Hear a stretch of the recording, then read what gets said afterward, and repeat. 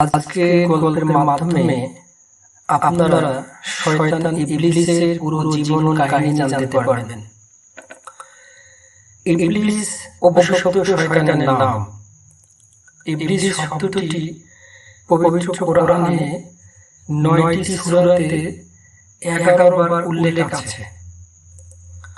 আর শয়তান শব্দটি ইবলিসকে বোঝানো হলেও পবিত্র কোরআনে কোনো স্থানে শয়তানের বহু বচন ব্যবহার করা হয়েছে। এতে আসল শয়তান ইবলিস ছাড়াও তার শিষ্য সাঙ্গপাঙ্গদের বোঝানো হয়েছে। পবিত্র কোরআনে এই শয়তান শব্দটি 35টি সূরাতে 85 বার উল্লেখ হয়েছে। ইবলিসের পরিচয়। ইবলিসের পিতার নাম ছিল খবিস। ইবলিসের পিতা খবিসের চেহারা ছিল সিংহের মতো। তার চরিত্র, আচার ব্যবহার, স্বভাব সবই ছিল সিংহের মতো। খবিস ছিল দুষ্ট জিনদের মাতার মুকুট। ইবলিসের মায়ের নাম ছিল নিলবিস। নিলবিসের চেহারা ছিল নেকড়ে বাঘের মতো।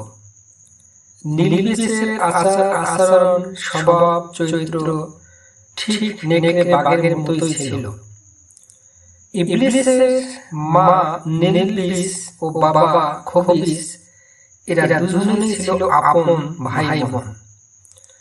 তাদের পিতা ছিল বাদশাহ হামুস।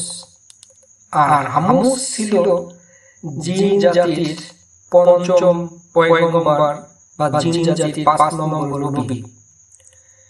ইবলিসের শিক্ষা গ্রহণ। ইবলিসের পিতার এক বন্ধু ছিল, তার নাম ছিল শারবুক।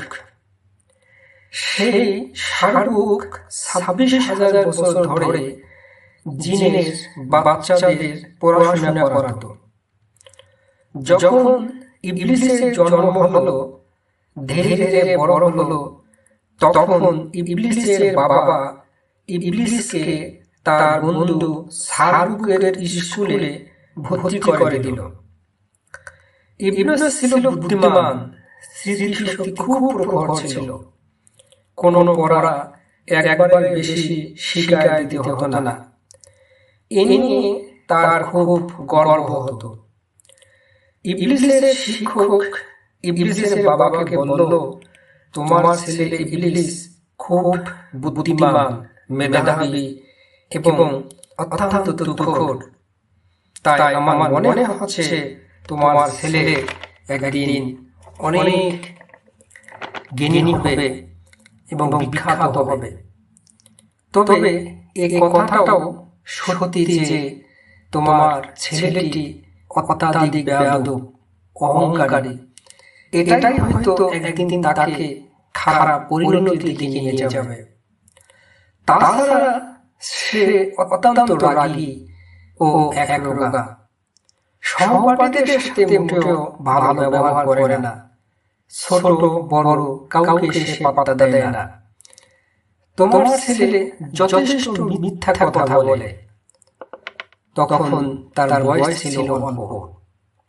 আর এদিকে জিন জাতিরা যখন সমস্ত অপকর্ম শুরু করে দিল, জিনদের হেদায়েতের জন্য আল্লাহ তাআলা জিন জাতির বাদশা হামুসকে নবুয়তের দায়িত্ব দিল। জিনদের নবী হামুস একজনকেও হেদায়েত করতে পারল না। শেষে জিনদের নবী হামুস ও অপকর্মে লিপ্ত হয়ে গেল। আল্লাহ তাআলা অত্যন্ত রাগান্বিত হয়ে জিন জাতিকে ধ্বংস করার জন্য ফেরেশতাদের হুকুম দিলেন। ফেরেশতারা পৃথিবীতে এসে জিনদের হত্যা করা শুরু করল।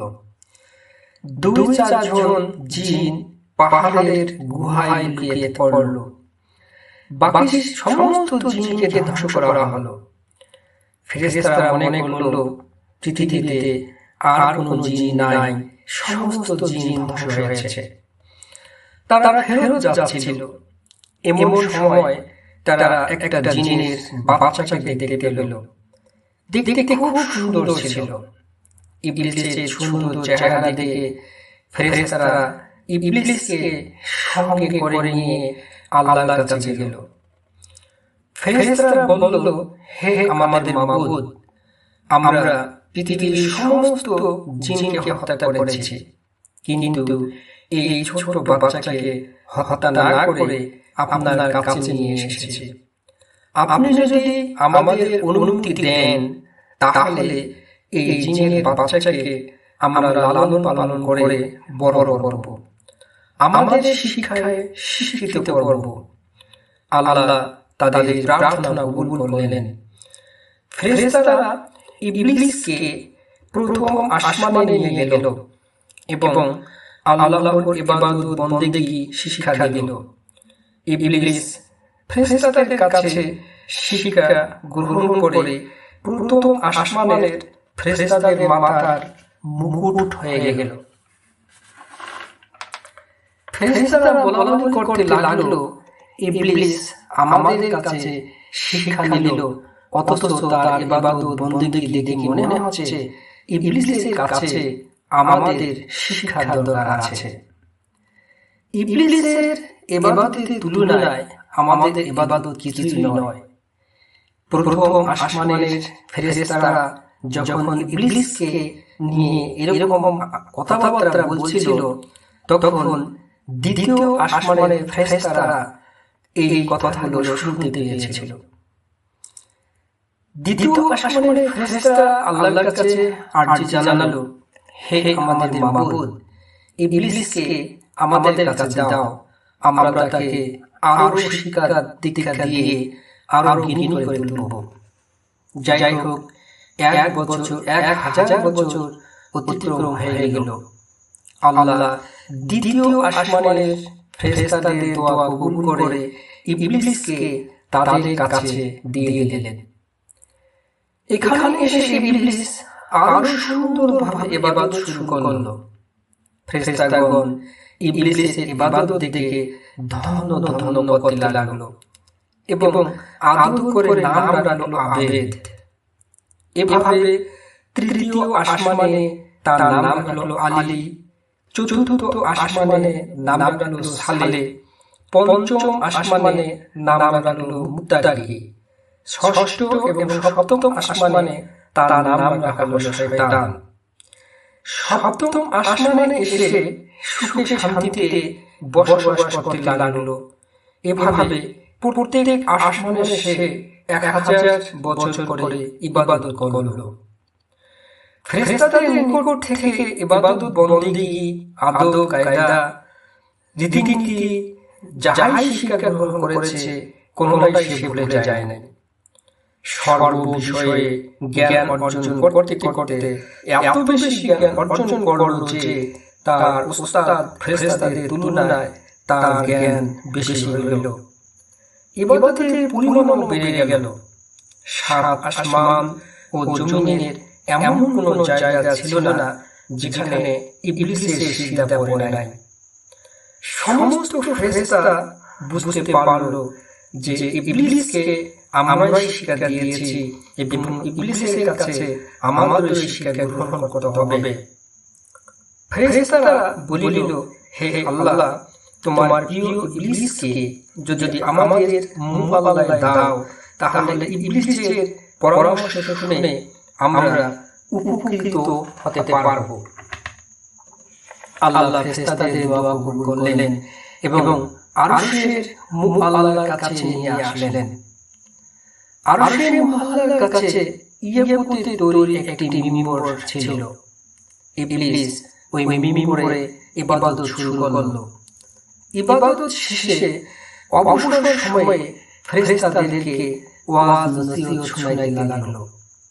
ফেরেশতাগণ ইবলিসের অমূল্য বাণী শুনে মুগ্ধ হয়ে গেল এবং ইবলিসের প্রশংসা করতে লাগলো। ইবলিস ফেরেশতাদের একজন দক্ষ, অভিজ্ঞ ও উস্তাদে পরিণত হলো। তখন ইবলিসের নাম রাখা হইল মুআল্লিমুল মালাইকা, অর্থাৎ ফেরেশতাদের শিক্ষক। এভাবে আরো ৬,০০০ বছর অতিবাহিত হলো। ইবলিসকে শিক্ষক হিসেবে দুনিয়ায় প্রেরণ।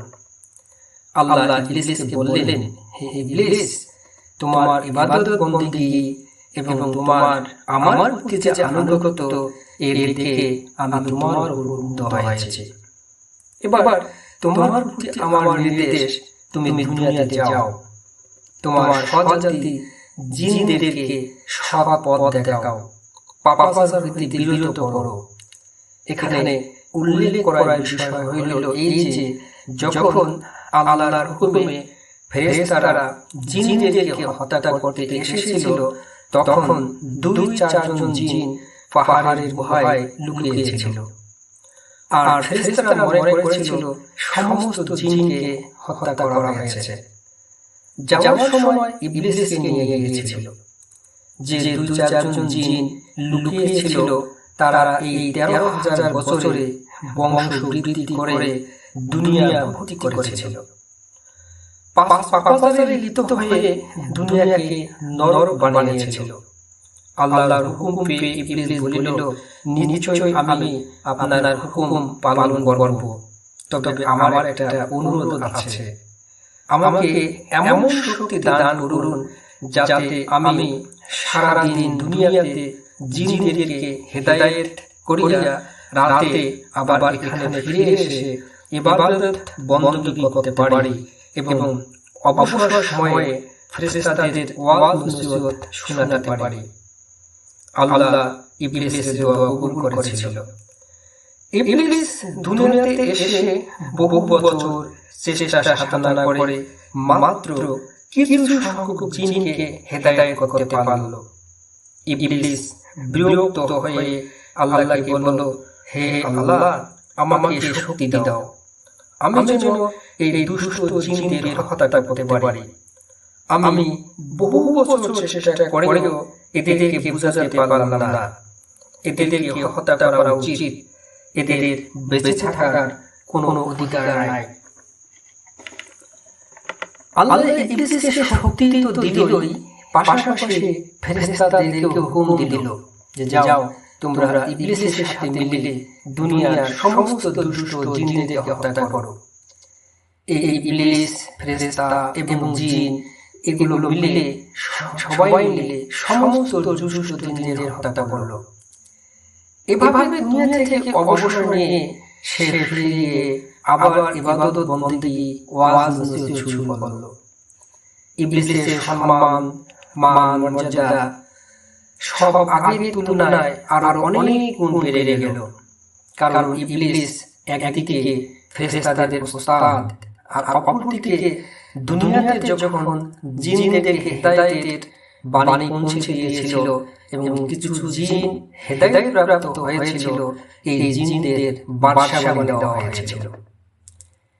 এই সময়ে তার ইবাদতের নির্ধারিত জায়গা ছিল না। সে ইচ্ছা করলে দুনিয়াতে এসে ইবাদত করতে পারত, আবার আসমানে গিয়েও আরশে মাওলার নিচে এসে ইবাদত করতে পারত। তাই সে কখনো দুনিয়াতে 2 রাকাত নামাজ পড়তে 500 বছর লেগে গিয়েছিল। আবার কখনো আসমানে গিয়ে 2টি সিজদা দিত, যাতে 1000 বছর কেটে যাইত। আবার আরশে মাওলার কাছে গিয়ে ইবাদত করত, তাহাতে হাজার হাজার বছর কেটে যাইত। আল্লাহর কাছে ইবলিসের সিজদার সংখ্যা যে কত তা আল্লাহ ছাড়া কেউ জানে না। ইবলিসের মর্যাদা। ইবলিস যখন এইরূপ মর্যাদা লাভ করল, তখন তার মনে আশা আরো বৃদ্ধি হল। সে আল্লাহর কাছে প্রার্থনা করল, হে মাবুদ, তোমার দয়ায় আজ আমি উচ্চ স্তরে উন্নীত হয়েছি। তুমি আমাকে দুনিয়াতে বাদশাহী দিয়েছো, আর এখানে তোমার নৈকট্য দান করেছো। এখন আমার একান্ত বাসনা, যদি দয়া করে তুমি আমাকে লাউহ মাহফুজকে একটু দেখার সুযোগ করে দিতে। আল্লাহ তাআলা ইবলিসের এই দোয়া কবুল করলেন। মিকাইলকে হুকুম করলেন, হে মিকাইল, তুমি ইবলিসকে নিয়ে লাউহে মাহফুজের কাছে যাও এবং একটু দেখা দিও। লাউহে মাহফুজ দেখার সাথে সাথে ইবলিস সমস্ত কিছু অবলোকন করে নিল। কিন্তু একটা লেখা দেখে সে আশ্চর্য হলো। লেখাটি ছিল, আল্লাহ তাআলার এক বান্দা 6 লক্ষ বছর ইবাদত করার পর আল্লাহ তাআলা একটা হুকুম অমান্য করার জন্য আল্লাহ তাআলা তাকে চিরস্থায়ী জাহান্নাম দেবে। ওই বান্দা আসমান ও জমিনে মালাউন বা অভিশপ্ত নামে পরিচিত হবে। ইবলিস এই লেখা দেখে কান্না শুরু করে দিল এবং সে সেইখানেই সিজদায় পড়ে গেল। 6000 বছর সিজদায় থাকার পর যখন মাথা তুলল, দেখল সিজদার জায়গায় লেখা লানাতুল্লাহি আলা ইবলিস, অর্থাৎ ইবলিসের উপর আল্লাহর অভিশাপ বর্ষিত হোক। ইবলিস বলিল, হে আল্লাহ, বলুন ইবলিসকে, আমাকে ইবলিসকে দেখা দেন, আমি ইবলিসকে উচিত শিক্ষা দেব। আল্লাহ বলিল, শীঘ্রই তুমি ইবলিসকে দেখবে। ইবলিস ওইখানে 1000 বছর দাঁড়িয়ে থাকলো এবং পাঠ করলো লানাতুল্লাহি আলা ইবলিস।